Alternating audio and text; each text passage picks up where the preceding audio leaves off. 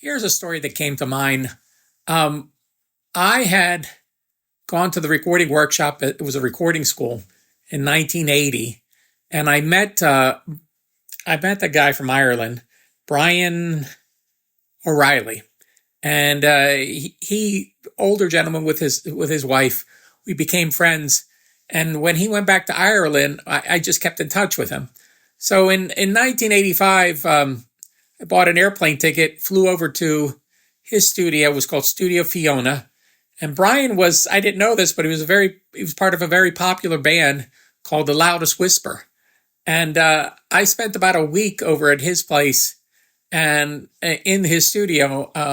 And he had a Scully 2-inch 16 track and a small console. And we did some songs, and he gave me production credit. So when I came back to the United States, I was looking for a studio to work out of, and I came across a studio in Bristol, Pennsylvania called Corporate Studios. And I called them up and I went over to talk to them. And it was a small studio, but they had a Scully 2-inch 16 track machine that I was familiar with. And they had a Sound Workshop console. I believe it was a Sound Workshop. But it was a small studio. And they needed help, making the place nicer. So I got involved with them, and I eventually became the studio manager there. I worked out a deal with the owner there were two owners of the studio, and they wanted $20 an hour, and anything above and beyond that, I could keep. So as a studio manager, I would solicit business and talk to clients coming in and set them up with an engineer. I had this English guy. He was the drummer from General Public. His name was Stoker, and he was charming, and people just fell in love with his accent, even though he really didn't know what he was doing. But I set that all up, and what I would do, they would do their sessions at night, and in the morning, I would get there early in the morning, open up the door, and clean up the place. Just straighten it up, make sure everything was okay, everything was in where it was supposed to be. So here's where the story gets interesting.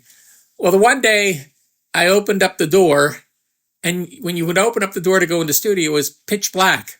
But this day, I walked in there, opened up the door, and I see all this light coming from this one area, and it looked like a religious vision of some kind. And I was like, what the heck is this? So I turned on the lights. I walked into the control room, and from the control room went into the live room, and there was a big hole in the wall. And it was big enough that someone could crawl in and out of the studio. And I was like, what happened here? And the more I investigated, when they put the studio together, they did all the sheetrock. They sheetrocked over a doorway. And when I walked outside of the studio and came around the back, I noticed it was an old wooden door. So somebody in the middle of the night took some kind of a power tool and cut a gigantic hole in the wooden door and then into the sheetrock and got into the studio. And I was in panic mode once I realized what was going on. I go, okay, what did they take? And what they took was all the microphones. So, and we had a decent amount of microphones, not, super high end, but a good amount of U87s and that. And I was like, oh no. So the worst thing was, we had sessions set up and with no microphones. So we had to scramble and figure out where we could borrow some microphones until we could buy some. But I guess the moral to the story is keep your mic closets locked.